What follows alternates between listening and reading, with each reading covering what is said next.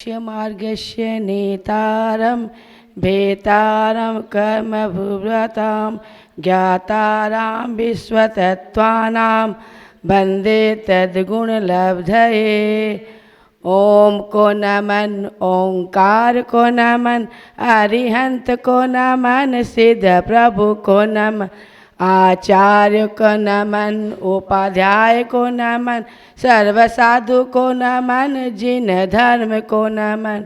ओंकार शरणम अरिहंत शरणम सिद्ध प्रभु शरणम आचार्य शरणम उपाध्याय शरणम सर्वसाधु शरणम जिन धर्म शरणम। चलो मुस्तु महर्षि नमस्तु। ओम नमः सिद्धेभ्यः।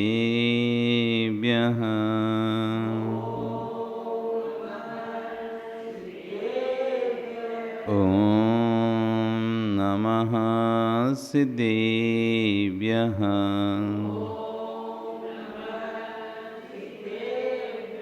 ओम नमः सिद्धेभ्यः।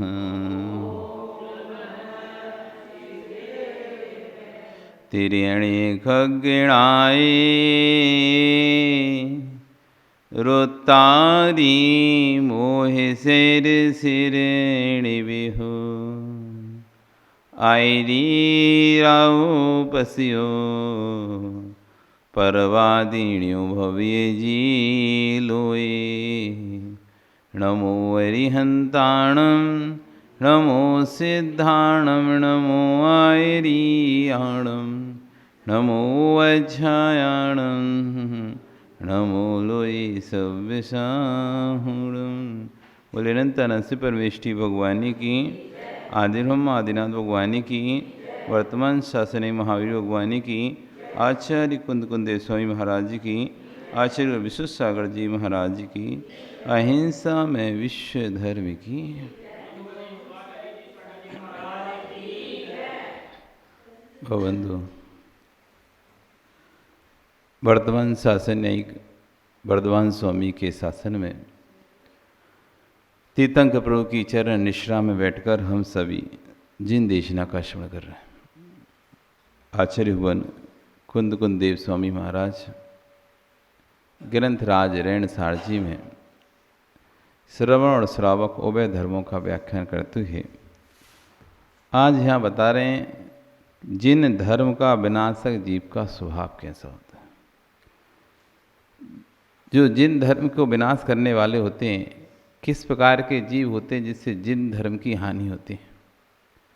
हर व्यक्ति का स्वभाव भिन्न भिन्न है, हर व्यक्ति का स्वभाव भिन्न भिन्न है। तो कितने प्रकार के स्वभाव वाले जीव होते हैं जो मिथ्यात्व से युक्त होते हैं और जो धर्म के क्षेत्र पर आकर भी धार्मिक परिणाम नहीं कर पाते हैं। तो उनके जीवों के बारे में, उनके स्वभावों के बारे में वर्णन किया है। तो यहाँ पर कुछ नाम दिए, उन्होंने नाम गिनाए हैं। इस तरह के स्वभाव, इन जिन जीवों के जो इस तरह के स्वभाव होते हैं, वैसे प्रकार के जीव, तो उनको आप समझेंगे। बाणर गदहे साणगे बग्गबराहे कराह मक्खी जुलूह सहावनर जिन धर्म जिणवर धम्म विनाश। बंदर, बंदर स्वभावी व्यक्ति। जो बंदर स्वभाव, बंदर का क्या स्वभाव होता है? चंचल स्वभाव, किसी एक विषय पर चित्त को नहीं टिकने देता। कभी इधर उछलता है, कभी उधर उछलता है, कभी इधर उछलता है, कभी इधर। पूरा अगर किसी उद्यान में उसे छोड़ दिया जाए तो पूरे उद्यान को नाश कर दे। उछल उछल कर पूरा वन तहस नहस कर दे। ऐसे कुछ बंदर स्वभावी जीव होते हैं जो धर्म क्षेत्र पर आ जाते हैं तो पूरे धर्म का तहस नहस कर देते हैं, पलट देते सब कुछ। ये क्रिया बदल दी, वो क्रिया बदल दी, ऐसा बदल दिया, वैसा बदल दिया। मतलब अपने मन से कहीं भी कोई भी क्रिया चालू कर दी, कोई बंद कर दी, कोई चालू कर दी, पूरा तहस नहस कर दिया धर्म को। तो कहे बंदर स्वभावी लोग, जैसे बंदर किसी एक चीज़ पे रहता नहीं, कभी इधर पुचकता है, कभी उधर होता है, इसको भी तहस नहस करता है, उसको भी तहस नहस। जिस समाज में गए उसी समाज में जाकर लड़ाई कराए, झगड़े कराए, जिस समाज में गए उसी समाज में लड़ाई झड़काए, इधर गए तो इधर झगड़े उधर। ऐसे जो जीव होते हैं धर्मात्मा के नाम पर, धर्म के नाम पर जो लड़ाई झगड़े कराते रहते हैं सब जगह, तो ऐसे कह रहे हैं ये जीव जिन धर्म का विनाशक जीव है, ये बंदर स्वभावी जीव आचार्य ने कहा। दूसरा गधा स्वभावी जीव, बुद्धि विवेक विहीन। कैसा, किसे कहते हैं मन गधा, कैसे कहते हैं? ज्ञान सुनो, क्या करना क्या नहीं करना, किस स्थान पे करना किस स्थान पे नहीं करना, कहाँ बोलना कहाँ नहीं बोलना, ये जिसके अंदर कोई विवेक नहीं रहता। अपन बहुत सारे लोग देखते हैं, समाज में भी देखते हैं, कहाँ हंसना है कहाँ मजाक करने में होश ही नहीं रहता। सीरियस समय क्या चल रहा है, गंभीरता का माहौल है कि कैसा माहौल है कैसा नहीं है, उन्हें तो हर समय मजाक सूझता। मूर्ख लोग तो गधा स्वभावी लोग जिसे कहते हैं मूर्ख लोग, वो ऐसे जीवों से दिन धर्म का विनाश होता है। फिर कह रहे हैं सायण यानी श्वान स्वभावी, कुत्ता स्वभावी जीव, जो हर बार भौंकना ही है। कोई भी निकले तो कुत्ते का काम क्या है? भौंकने का। नगर बंधा हुआ है चैन से, किससे बंधा हुआ है? चैन से बंधा हुआ है, घर के द्वार पर खड़ा हुआ है, कोई उसके द्वार पर घुसे चाहे नहीं घुसे, उसका तो काम क्या है? भौंकना है। कोई सलाह मांगे चाहे नहीं मांगे, बहुत से समाज में व्यक्ति होते हैं, कोई पूछ रहा है चाहे तुमसे नहीं पूछे तब भी चिल्ला रहे हैं, पूछ रहा है तो भी चिल्ला रहे, नहीं पूछ रहा तब भी चिल्ला रहे। मतलब कुत्ता स्वभावी लोग, श्वान स्वभावी व्यक्ति, जैसे श्वान कोई भी आने जाने वाला जिससे कोई मतलब भी नहीं है, जिससे कोई मतलब भी नहीं है उस पर भी भौंक रहा है। कोई उसके घर में घुस नहीं रहा तब भी उस पर भौंक रहा है, आते जाते राहगीर पर चिल्ला रहा है। ऐसी श्वान स्वभावी लोग होते हैं जो अपने यहाँ की बातें दूसरों को बोलते हैं। अरे वो दूसरा क्या करेगा तुम्हारा, कोई तो मतलब ही नहीं है उसको। तो श्वान स्वभावी लोग तो सब जगह बोलते रहते हैं, हम ऐसा कर रहे हैं, ये लोग ऐसा करते हैं, वो लोग ऐसा करते हैं, वो लोग ऐसा करते हैं, यानी अपनी बातों को जिनसे कोई मतलब भी नहीं है उनको भी जाकर बताते हैं अपनी बातें। तो कह रहे हैं श्वान स्वभावी लोग हैं कि बेमतलब के लोगों पर भी भौंक रहे हैं, जिनको कोई मतलब नहीं है। काम किसी ने किया वो चिल्ला किसी पे रहे, काम किसी ने बिगाड़ा या काम किसी ने पास किया वो गुस्सा किसी और पर कर रहे हैं। जिम्मेदारी किसी की थी, गुस्सा किसी पे कर रहे, उस पर भी कर रहे, दूसरे पे भी कर रहे। तो ऐसे कह रहे हैं श्वान स्वभावी जो लोग, इस तरह के लोग भी जिन धर्म का ह्रास करते हैं। फिर कह रहे हैं गया हाथी, हाथी स्वभावी अर्थात मद में चूर, मेरे जैसा बड़ा कोई नहीं। हाथी को क्या मद है? मेरे जैसा भारी और मेरे जैसा बड़ा कौन है? कौन है भैया हाथी जैसा? सबसे बड़ा जानवर हाथी, उसके जैसा भारी भरकम कोई और है क्या? नहीं है। उसे अपने इसका ही मद है। ऐसे कुछ लोगों को अपने धन का, अपने पैसे का, अपने पद का मद होता है। मुझसे बड़ा कोई नहीं है यहाँ पे, मुझसे बड़ा कोई नहीं है, मैं जो हूँ मैं ही सब कुछ हूँ, मैं जो कहूँगा मैं जो करूँगा वही सब कुछ सही है, बाकी दूसरा गलत। अब कोई चिल्लाता रहे कुछ भी कहता रहे, मुझे कोई नहीं फर्क पड़ने वाला। मैं मतलब मैं अपने मस्ती में रहने वाला, दूसरे को नहीं सुनने वाला, दूसरे की बात को ध्यान नहीं देने वाला, ऐसा हाथी स्वभावी जीव जो अपने ही मद में चूर रहता है, वो ये देखते ही नहीं है कि मेरे बोलने से, मेरे कहने से कहाँ पर कैसा क्या असर पड़ेगा। बस उसने जो सोच लिया सो से बोलना है, वो वही सोच रहा है, वही करना है। तो ये हाथी स्वभावी जीव हो गए जो किसी को साथ में लेके नहीं चल पाते। हाथी किसी को साथ में लेके नहीं चलता, अपने मस्त रहता बस। तो कह रहे हैं हाथी स्वभावी जी, ऐसे जीवों से भी जिन धर्म का विनाश होता है। फिर कह रहे हैं बग्गम, बाघ स्वभावी, बाघ मौके की तलाश में रहता है। एकदम मौके की, जैसी कुछ फटाक से झपटता है, दूर से देखता रहता है बैठ बैठा कोई, जैसे उसे अकेला जानवर कुछ दिखता है और फिर उसको अपने चपेट में लेता है। ऐसी बिल्कुल चुपके से बैठे के जैसी मौका मिला मौके पे मारेंगे चौका, वैसे रहेंगे शांत बिल्कुल। और लेकिन मौका जैसे ही थोड़े सा ही मिला उस मौके पर उन्होंने अपना दाव चल दिया, दाव खेल दिया। ऐसे बाघ तीर मायाचारी, तो कह रहे हैं बाघ स्वभावी लोग, ये जीव भी जिन धर्म के विनाशक होते हैं। फिर आगे कह रहे हैं बरहा यानी सुअर, बरहा मतलब सुअर। सुअर देखा आपने, देखिए सुअर क्या खाता है, तुम उसे एक तरफ जलेबी रख दो और एक तरफ मल पड़ा रहने दो, क्या खाएगा? जलेबी नहीं खाएगा, सूंघेगा भी वो भग जाएगा, लेकिन सूंघ सूंघ के पहुंचेगा कहाँ? जहाँ पर मल होगा वहाँ। ऐसी बरहा स्वाभी सुअर स्वाभी लोग हैं जो मल को खाते नहीं, बुराइयों को ही करते हैं। जिनके अच्छाइयाँ दिखती ही नहीं हैं, अच्छाइयाँ सामने रख भी जाएं तो उन्हें सूंघ के दूर हो जाएंगे। बुराइयाँ कहाँ हैं, बुरे लोग कहाँ हैं? उन बुरे लोगों की संगति करेंगे और बुरे लोगों की बुरी ही बातें करेंगे। मतलब जिनको मल ही खाने का शौक है, कितना भी जिनवाणी चल रही हो जिनवाणी नहीं सुनेंगे, वो आपस की कसायों को नीचे सुनते रहेंगे, आपस में बैठे बैठे गुटर गुटर करते रहेंगे, लेकिन जिनवाणी नहीं सुन पाएंगे। इन्हें जलेबी नहीं पसंद है, इन्हें मल ही पसंद है। ऐसे सुअर स्वभावी जीव होते हैं जो धार्मिक कार्यों में तो पीछे रहते हैं, और लड़ाई झगड़ा हो, उपतपाद हो, कोई बहस करना हो, किसी को गाली माली देना हो, किसी से लड़ना हो, उसमें सबसे आगे आगे दिखेंगे, सबसे ज़्यादा जोर जोर से बोलेंगे, सबसे ज़्यादा जोर जोर से चिल्लाएंगे, और धर्म कार्य में चुप रहेंगे।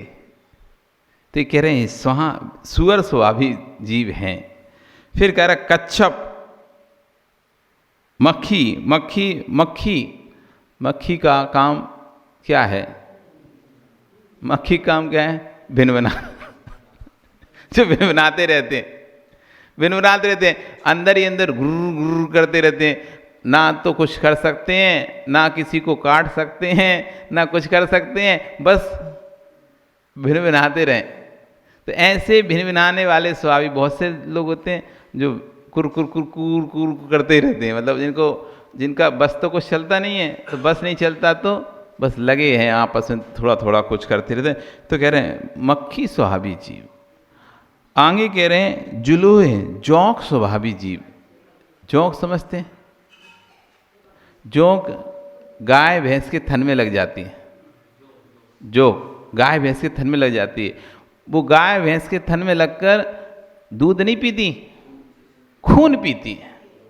ऐसी जो गुरु के सानिध्य में भी रहते हैं, प्रभु के सानिध्य, भगवान की भक्ति भी करते हैं, सब कुछ करने के बाद भी धर्म नहीं करते हैं, वहाँ भी जाकर कसाय को ही करते हैं। ये जोंक स्वभावी जीव है।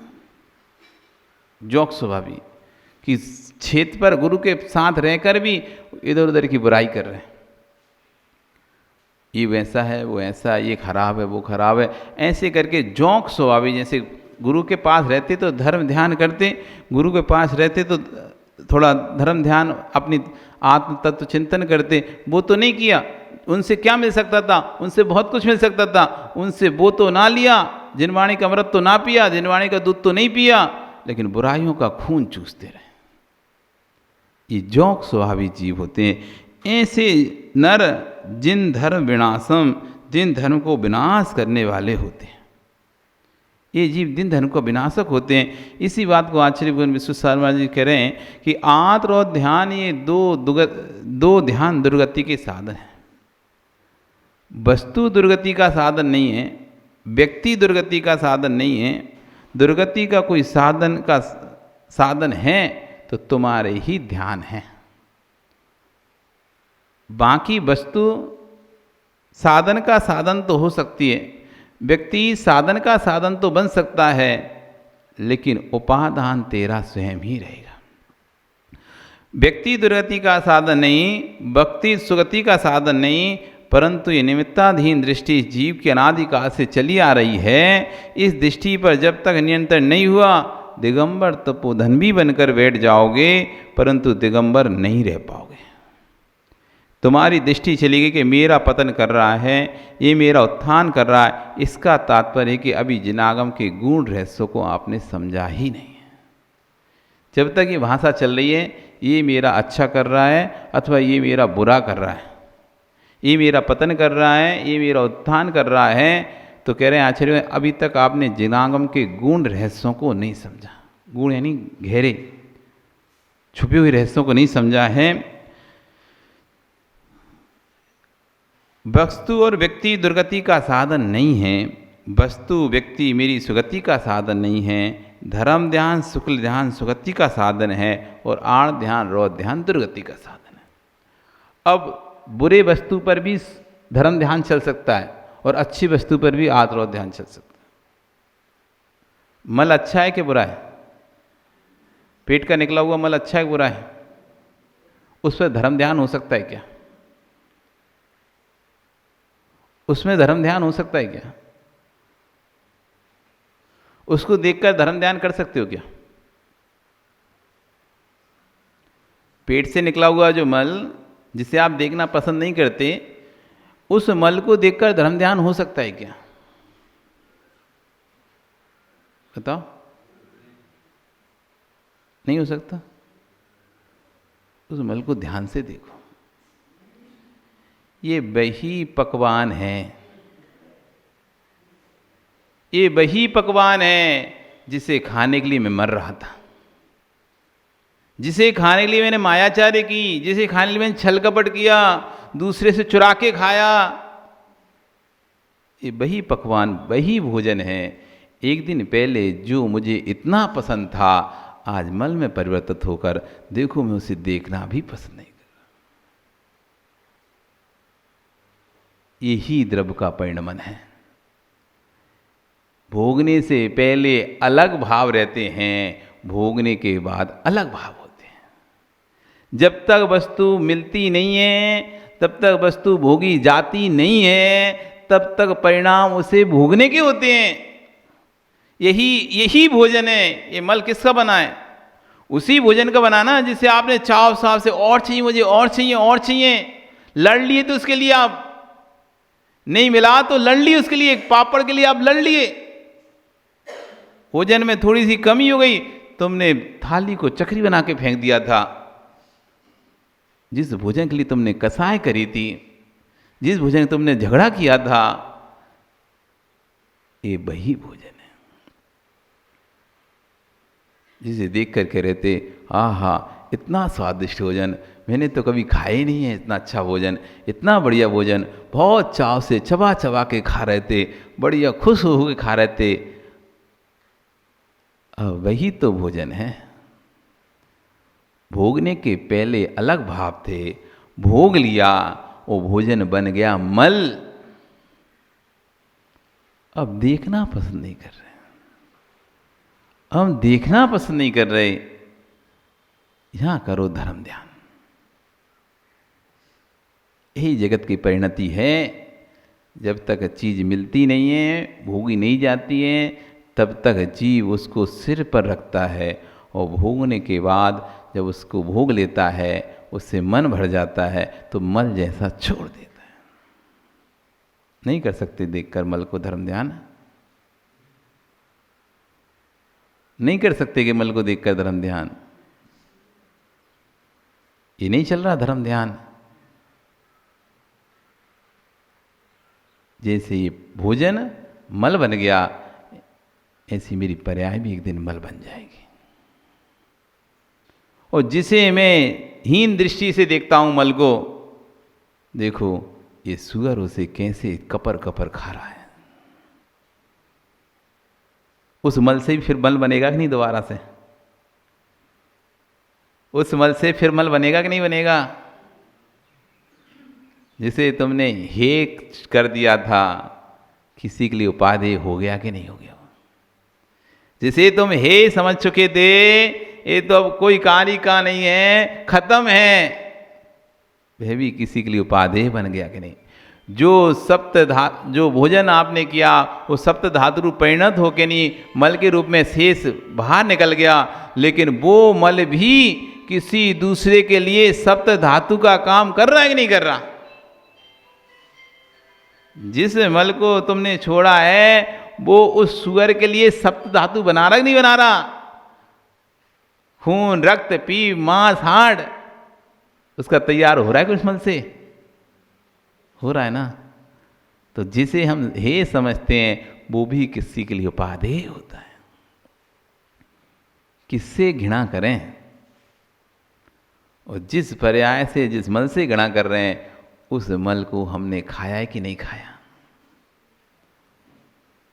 इस पर्याय में नहीं खाया, सुअर की पर्याय में बन के तो उसी मल को खाए ना।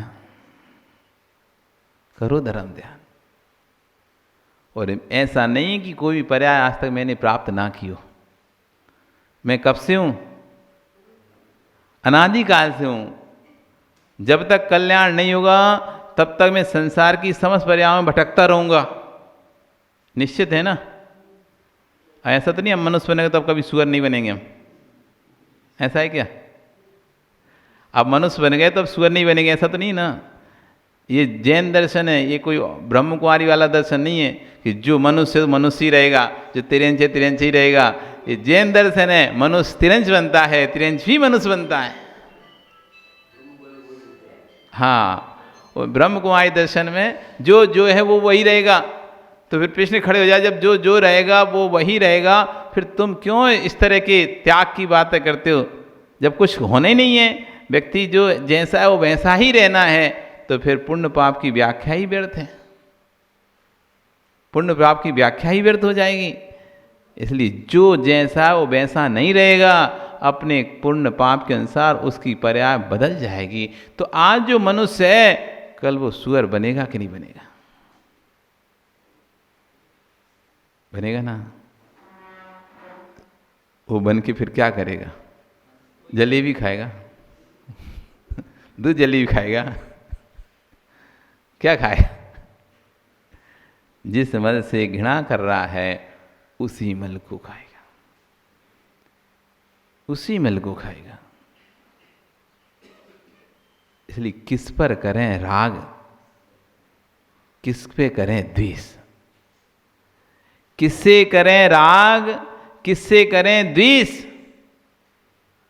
जिससे राग करते हैं वो राख हो जाता है।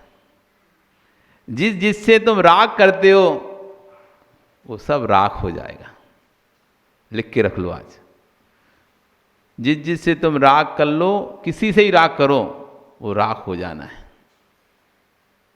कर लो आप, चाहे अपने शरीर से राग कर लो, चाहे पड़ोसी के शरीर से राग कर लो, चाहे गुरु के शरीर से राग कर लो, किसी के शरीर से राग करोगे राख हो जाएगा। राख नहीं पाओगे, राग ही कर पाओगे, राख नहीं पाओगे, राख हो जाओगे।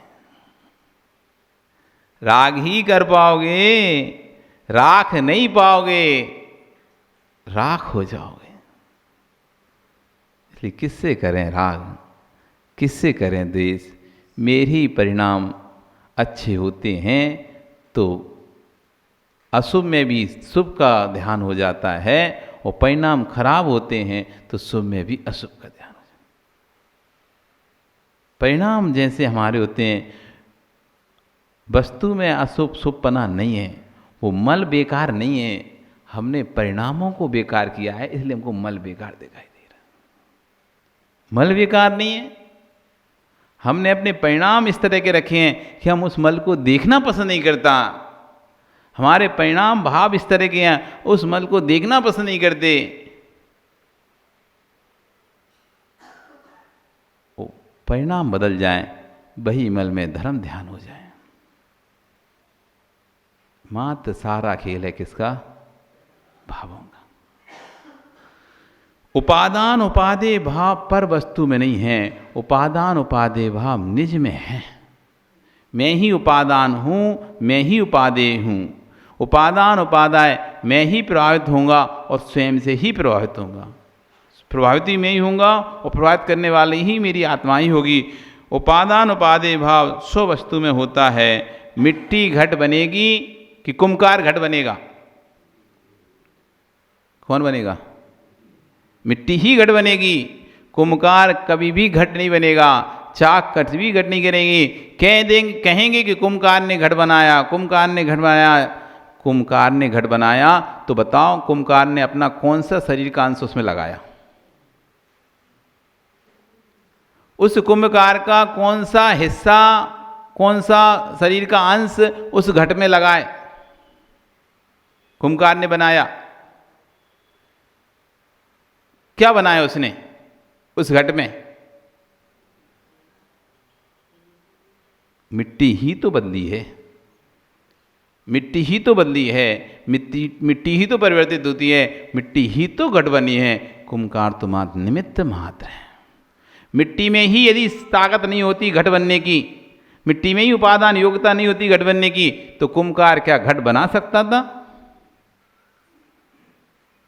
कुम्भकार उसी मिट्टी को घट बना पाया जिस मिट्टी में स्वयं पहले से घट बनने की योग्यता है।